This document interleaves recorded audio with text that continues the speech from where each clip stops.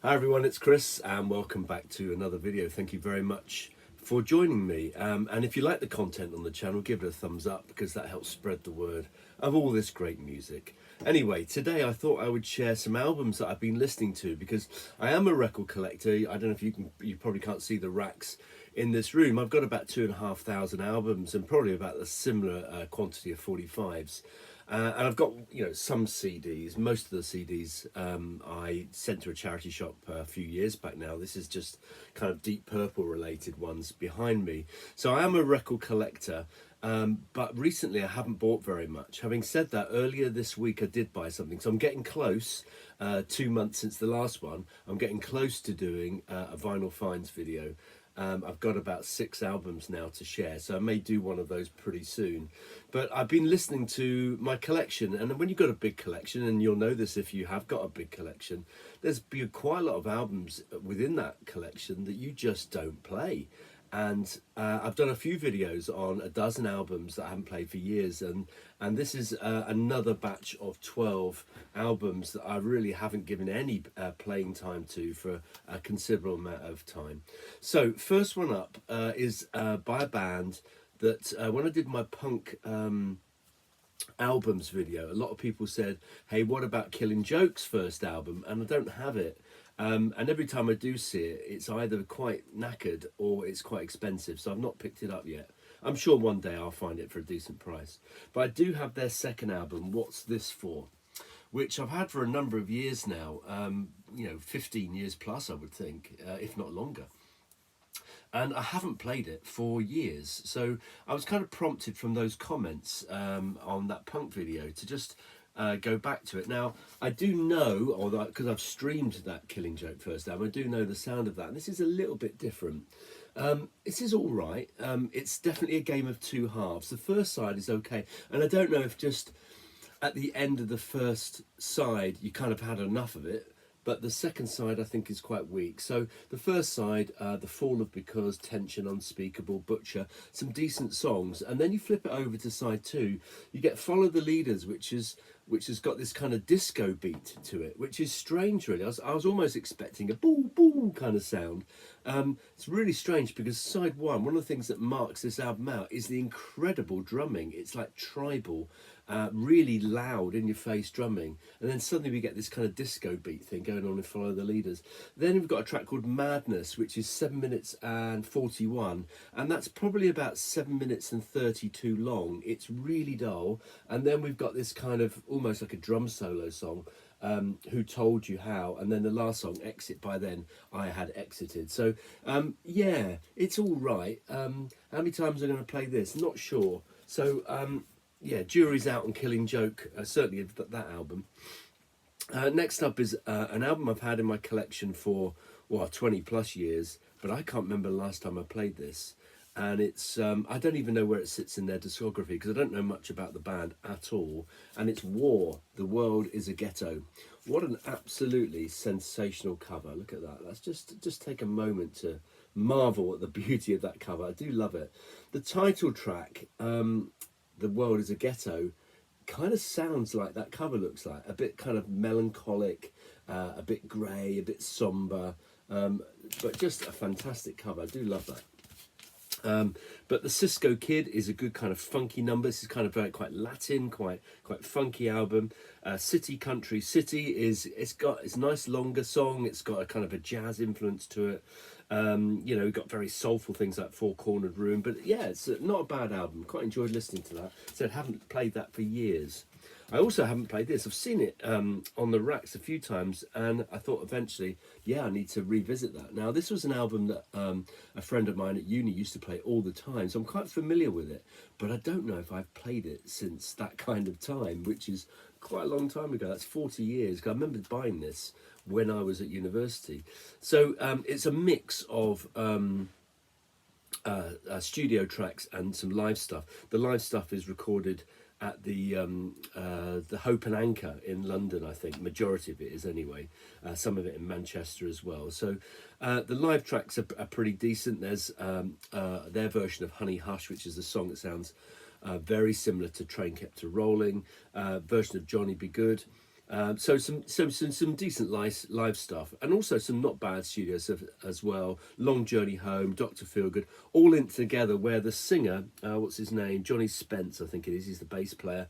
Does his very best Jimmy Percy impression. But anyway, there's Skull Wars from whenever that was, 1980, 81. No, actually it's 78. Didn't realise it was quite that. That's when I bought it. Is 81 actually. Next up is an album that I almost completely forgot I had, and the reason for that is it's just not my thing.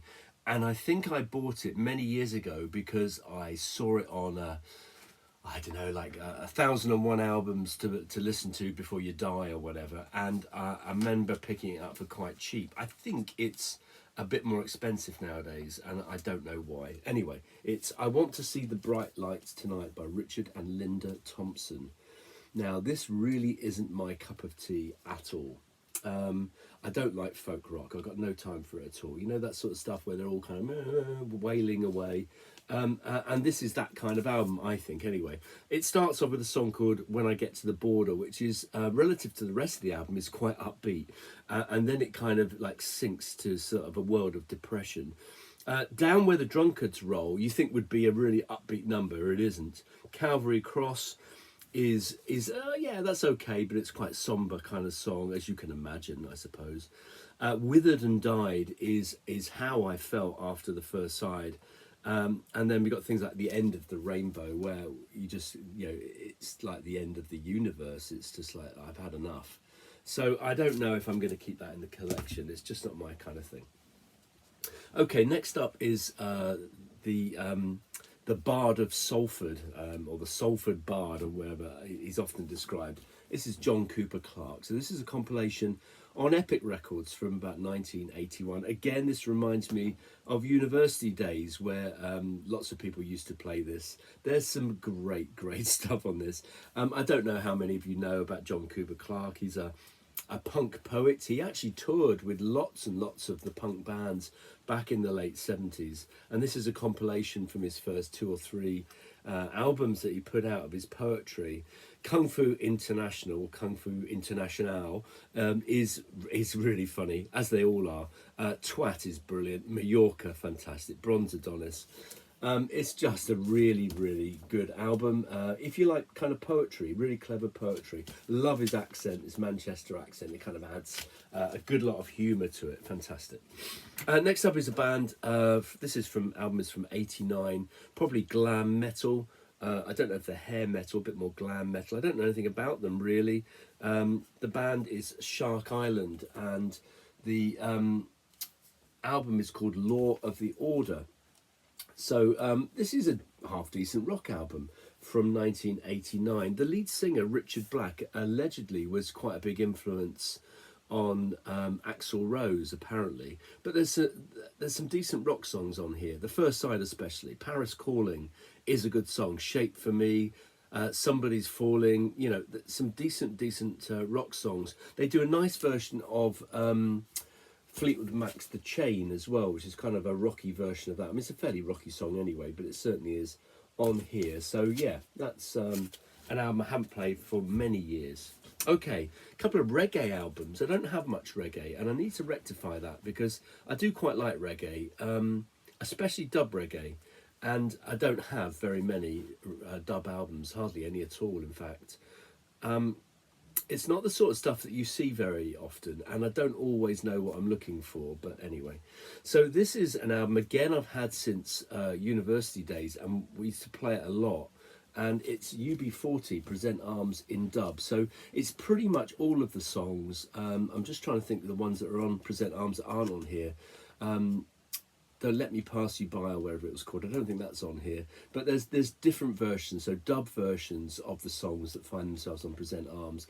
And I really enjoy this album. Yes, it's probably a bit of a nostalgic kind of pick because it reminds me of a time in my life I really enjoyed. But this is a decent album. I think UB40 were a band that produced kind of 2 or 3 albums of note and then really kind of declined. At least in my opinion, they really declined. But I really enjoyed that album. I need to explore dub reggae a little bit more. I've got a playlist on Spotify of some famous ones, but I've never seen them in shops. Maybe I don't look that hard. Next up is another reggae album, again from my university days that I haven't played for a very, very long time, but this was an album that people used to play in their rooms loads. It's Black Uhuru. Auru, I think, means freedom. I think it does anyway. This is a reissue of their first album, which is either called Showpiece or Showcase. I can't remember. But anyway, this is a really, really good album. I really enjoyed this album. Again, could have been a nostalgic pick rather than a classic reggae album. But Shine Eye Girl, Leaving to Zion, General Penitentiary, Guess Who's Coming to Dinner is my favourite song on here. I love that song. So I was really pleased to revisit Black Uhuru's debut album. Fantastic. Next up is a guy who I've played quite a lot of his stuff recently, but I haven't gone back to this. This is a 70s album from Freddy King. It's called Burglar. Haven't played this for probably 10 years plus. Freddie King's a really nice player. I like his older stuff probably more than his recent stuff, or his sort of 70s output. It tends to be very horns based. This album is anyway. This is a good album. I did enjoy it. It's quite good fun. It's kind of upbeat. Most of it's upbeat. There's a couple of slower blues songs that I Get the Same Old Blues, for example. Let the Good Times Roll is a song exactly how you would kind of imagine it to be. I think Eric Clapton is on here. He's on Sugar Sweet, I think. Nice instrumental, Pulpwood. Texas Fly is a good song. Lots of kind of good singing from Freddie King. He's got a nice voice. And obviously is a fantastic guitar player. So that must be from about mid-70s, I would think, on RSO Records, which is Eric Clapton's label, isn't it? Okay, next up is, I've got three more to show. Next up is a solo album. It's the second solo album from the guitarist from Aerosmith. This is Joe Perry. I Got the Rock and Rolls Again. Now, I remember buying this. This was before I went to university, so this was in 1981. I went on holiday to California and to see some relatives who lived near San Francisco, and there was one song in here, I've Got the Rock and Rolls Again, that was played on the radio quite a lot at the time, and I really liked the song, and I bought the album then, and this is the album bought from some record shop in Palo Alto or something like that, I would imagine. But some good songs on here. So East Coast, West Coast, I Got the Rock and Rolls Again, which has got a massive riff and a big drum sound. Soldier of Fortune is great. South Station Blues. Yeah, there's some, again, could be a nostalgic pick, but I haven't listened to that for 20 years plus, I wouldn't think. And I really enjoyed it. It's a good rock album. The last two are kind of related because they include the same musicians in different kind of forms. So the first album is called Captain Copter and the Fabulous Twirly Birds, Randy, California. This is an album from 73 or 72, somewhere around there, 72. Yeah, 72. It's on CBS or Epic Records, CBS Records, I think. And this is an interesting album. Randy California, very, very influenced by Jimi Hendrix. And there's some songs on here that sound very psychedelic Hendrix, so Downer, Things Yet to Come. There's a few covers on here. There's not much original stuff. A few covers. Day Tripper and Rain, for example, two Beatles songs, where he does quite a decent version of those. But the guitar work, as you can imagine, from Randy California is pretty handy. He was a good friend, wasn't he, I think, of Jimi Hendrix, and hugely influenced by him. And yeah, it's not a bad album. And this album is in a similar vein. So that was from 72. This is from 75, despite the fact it's called Spirit of 76. This is Spirit, but it includes only Randy California and Ed Cassidy. Ed Cassidy was a drummer. He was also on here, Ed Cassidy. In fact, he's called Cass Strange on this album.